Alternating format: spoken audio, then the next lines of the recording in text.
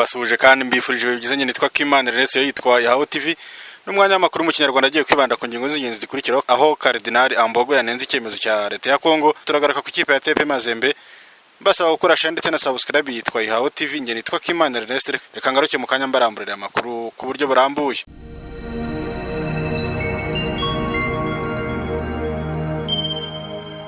Duhere muri Kongo. Cardinal Ambogo yanenze icyemezo cya leta ya Kongo cyo gukorana n'umutwe wa FDLR. Arkipiskopi wa Kinshasa yitwa Cardinal Fidore Ambogo yanenze icyemezo cy'ubutegetsi bwa Repubulika Demokarasi ya Kongo cyo gukorana n'imitwe yitwaje intwari irimo FDLR, agaragaza ko cyazambije umutekano mu burasirazuba bw'iki gihugu kurushaho.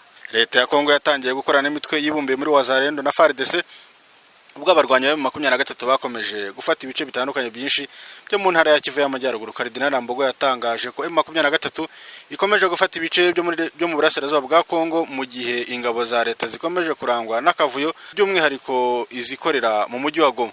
Yagize ati ibi biterwa nuko leta yahaye intwari imitwe itandukanye nka Wazalendo n'abagize umutwe wa FDLR, yibwira ko izabafasha gusubiza inyuma ya M23.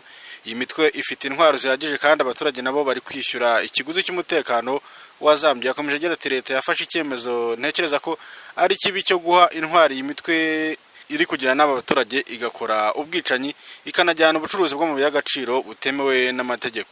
Cardinal Ambogo yatangaje ko leta ya Kongo yagombaga kongera ubushobozi bw'igisirikare cy'igihugu kuko aricyo gishobora kurinda abanyekongo. Reka dute dukomereza muri Kongo, ariko mu mikino y'ikipe ya TP Mazembe igiye gukatwa akayabo k'amadolari kuko yanze kwambara Visit Rwanda. Abitabira irushanwa rya Africa Football League bafite amasezerano yo kwambara umwambaro uriho ikirango cya Visit Rwanda ku myambaro yabo muri iryo rushanwa. Gusa amakipe atandukanye arihuriyemo yagiye agaragaraho kwica amasezerano. Ikipe ya TP Mazembe Angrebere muri Repubulika Demokarasi ya Kongo yanze kwambara Visit Rwanda ngo ishobora kubigiye kubiryozwa, aho muri miliyoni imwe y'amadolari yari guhabwa izahabwa 550 gusa. Amakipe 8 mu ikipe y'umuherwe Moise Katumbi Chapwe yo muri Repubulika Demokarasi ya Kongo, TP Mazembe Angrebere niyo yitabiriye irushanwa nyafurika ku nshuro ya mbere, rikaba ryarabaye mu kwakira 2023 muri Africa Football League.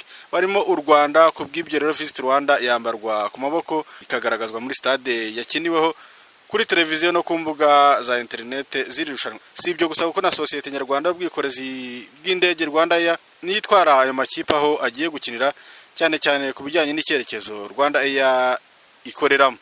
Rugikubita ikipe y'umuherwe Moise Katumbi Chapwe ya TP Mazembe yatangaje ko nta ihuriye n'aya masezerano ndetse ko idashobora no kugenda muri Rwanda ya kubera ibihugu byombi bireba na y'ingwe. Miki Junior akaba umunyamakuru mpuzamahanga wa siporo nyafurika atangaza ko TP Mazembe yakuriye muri kimwe cya kane Esperance Sportif de Tunisie kandi ko yagombaga guhabwa miliyoni imwe y'amadolari, ariko kubwo kutubariza amabwiriza no kwivanga mu bya politiki kandi bitemewe muri siporo ikaba ishobora guhabwa 550. Iri rushanwa rya Africa Football League ndabashimiye kandi mbifurije byizanye. Nitwa Kimana Ernest yitwa Yaho TV, basaba gukora share ndetse na subscribe. Amakuru yo nakagaruka mukomeze kugira ibihe byiza. Bye bye.